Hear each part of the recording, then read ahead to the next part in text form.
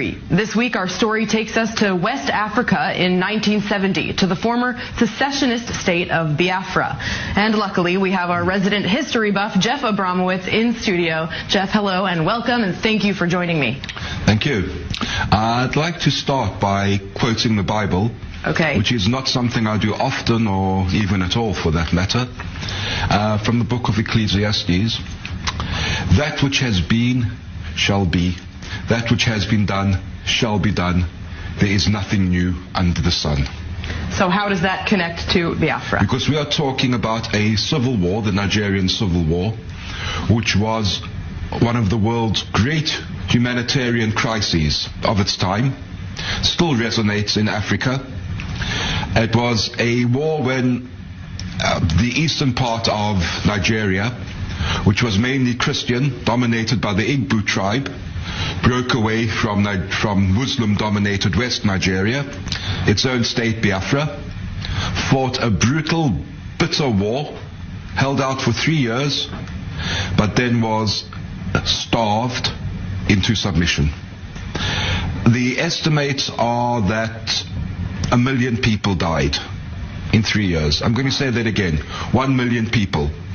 At one stage, they were estimating 3,000 to 5,000 people a day. I just want to draw our viewers' attention to the photos on the screen of these poor, starving children.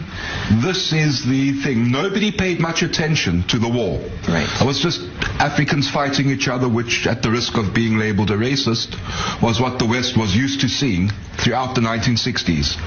But then photographers got into Biafra and took these photographs and brought, especially a man called Donald McCullen, but not only here.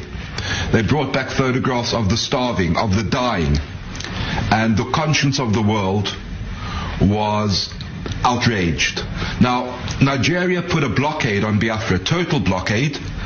They were helped by Russia and a Western state I won't mention, but I will say that the British cabinet papers of the time make very interesting reading. No medicine or food could get into Biafra. People starved. There were relief flights coming in, but not enough to keep them alive. There were missionaries in Biafra who did amazing work. I think it was the Irish Holy Ghost Order.